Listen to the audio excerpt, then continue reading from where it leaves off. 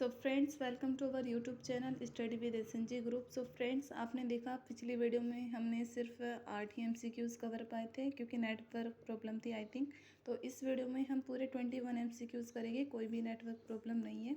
तो हम 9th MCQs पे आए थे और हम देखते हैं कि इसमें इन ये जो स्टेटमेंट हमें दिए हुए इनकी जानकारी करके उस जो है विद्वान की हमें पहचान करनी थी। जैसे कि उनकी दरगाह दिल्ली में है और अमीर खुसरो उनके शिष्य थे। सो फ्रेंड्स, अगर हम शेख मोइनुद्दीन चिश्ती की बात करें तो आपको पता है इनकी दरगाह कहाँ थी? अजमेर में थी। ख्वाजा कुतुबुद्दीन बख्तियार काकी की जो दरगाह थी वो हमारी पाकिस्तान अजोधन में थी। और शेख फ़कीरुद्दीन गंज ए शहर, फ्रेंड्स इसका मुझे सच में नहीं पता इसकी दरगाह कहाँ नहीं थी, लेकिन हाँ ये पता है कि जो दरगाह दिल्ली में है और अमीर खुसरो के शिष्य कौन थे? वो निज़ामुद्दीन औलिया थे। तो आपका 9th क्वेश्चन का सही ऑप्शन हो जाएगा ऑप्शन डी, शेख निज़ामुद्दीन औलिया। नेक्स्ट क्वेश्चन देखते हैं फ्रेंड्स। कबीर के संदर्भ में निम्नलिखित कथनों को पढ़िए और सही विकल्प का चयन कीजिए। कबीर के बारे में कथन दिए गए हैं, उनको पढ़ना है और सही विकल्प का हमें चयन करना है। ऑप्शन ए है कबीर की वाणी 4 विशिष्ट परंपराओं में संकलित थी। नहीं, उनकी जो वाणी थी वो 3 विशिष्ट परंपराओं में थी और आप सभी को पता है साकी, सबद, रमेनी। और ऑप्शन बी है हमारा कबीर की कविताएं केवल उर्दू भाषा में थी। नहीं, उर्दू भाषा में नहीं थी। कबीर जी की जो रचनाएं थी उनका कई भाषाओं में संकलन किया गया था। ऑप्शन सी है हमारा कबीर ने परम सत्य को वर्णित करने के लिए अनेक परंपराओं का सहारा लिया। हाँ, उन्होंने अनेक परंपराओं का सहारा लिया था सत्य को प्रदर्शित करने के लिए। और ऑप्शन डी है कबीर परम सत्य को अल्लाह, आत्मा, हजरत और निराकार कहते थे। हाँ, और ये जिन भी कहते थे। क्या कहते थे? जिन भी कहते थे। तो ऑप्शन सी और डी हमारा राइट हो जाएगा। हम देख लेते हैं ऑप्शन सी और डी कहाँ है हमारा, यहाँ पे हो। चलिए friends, very good. So friends, option D है हमारा। अल-बरूनी ने अपनी पुस्तक किताब उल हिंद के प्रत्येक अध्याय में निम्नलिखित में से किस विशिष्ट शैली का प्रयोग किया है? तो अल-बरूनी की किताब की बात हो रही है जिसको हम किताबुल हिंद या फिर तहकीक हिंद भी कहते हैं। तो जब किताबुल हिंद हम किताब खोलेंगे तो स्टार्टिंग में उन्होंने जो भी क्वेश्चंस है, जो भी अपनी रचनाओं की स्टार्टिंग है वो एक क्वेश्चन के साथ की है। पहले एक क्वेश्चन होता है, फिर अनेक अन्य परंपराओं के आधार पर उसका वर्णन किया जाता है और एंडिंग में अन्य संस्कृति के साथ उसकी तुलना की जाती है। तो इसका राइट ऑप्शन हो जाएगा हमारा ऑप्शन ए, प्रश्न के साथ आरंभ। चलिए फ्रेंड्स, क्वेश्चन 12 है हमारा। निम्नलिखित में से कौन अमुक्तमल्यद के लेखक है?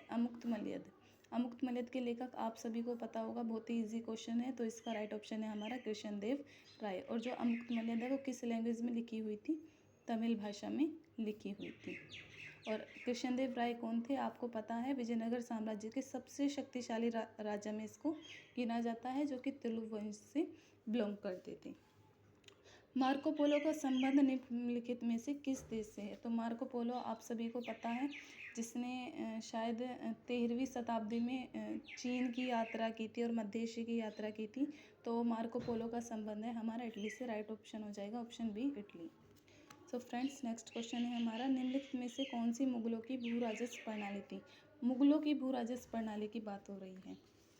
मुगलों की भू राजस्व प्रणाली, तो इक्ता प्रणाली आप सभी को पता है, ये तो इल्तुतमिश के शासनकाल में थी, दिल्ली में फेमस थी। इजारेदारी प्रणाली ये भी नहीं थी। और महानायक प्रणाली आपको पता है विजयनगर साम्राज्य में फेमस थी। तो इसका राइट ऑप्शन हो जाएगा हमारा ऑप्शन सी, मनसबदारी प्रणाली। और मनसबदारी प्रणाली क्या होती थी?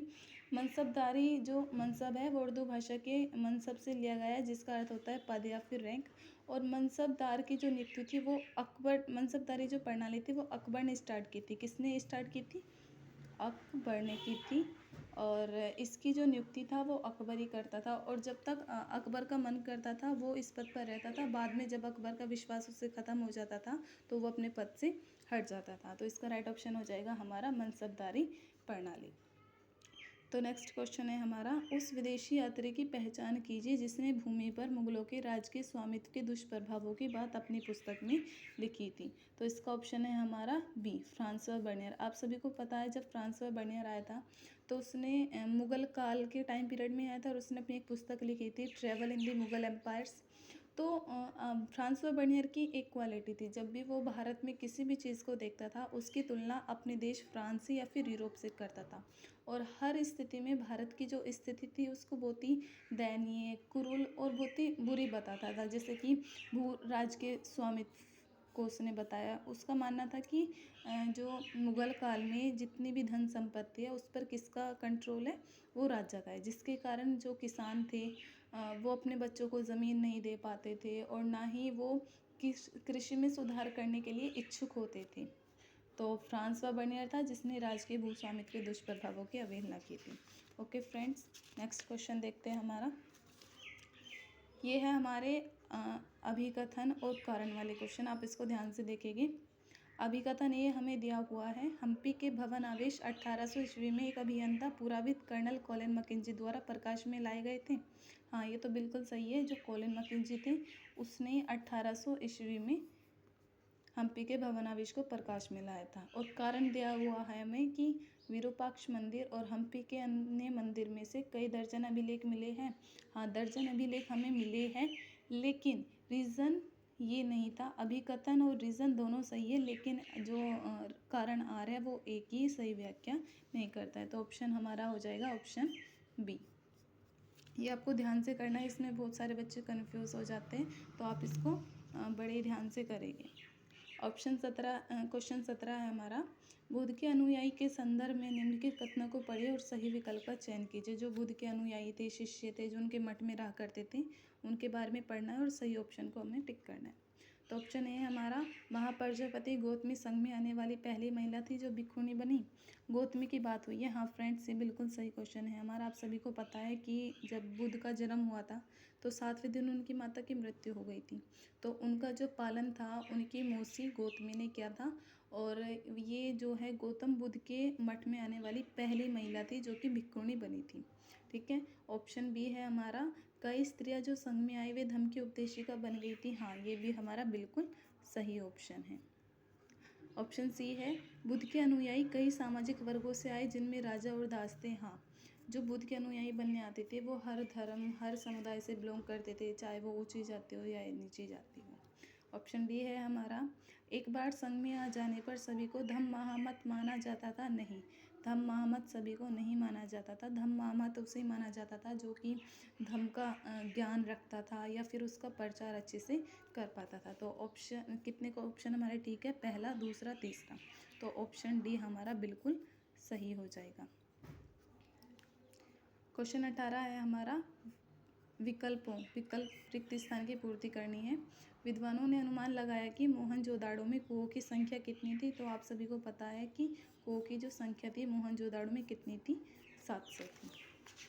Okay friends, very good. चलिए नेक्स्ट क्वेश्चन देखते हैं। आप हमें यहाँ पे एक चित्र दिया हुआ है, इसकी पहचान करनी है।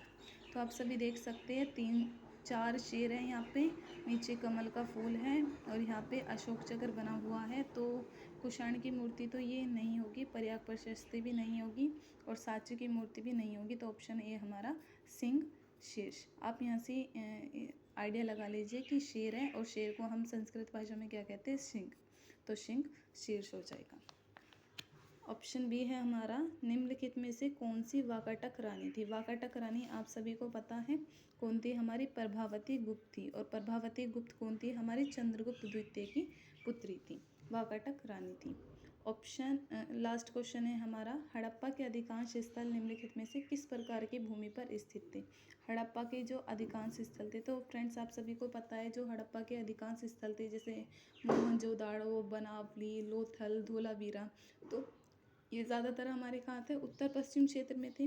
तो उत्तर पश्चिम क्षेत्र में अगर हम देखें तो हमारा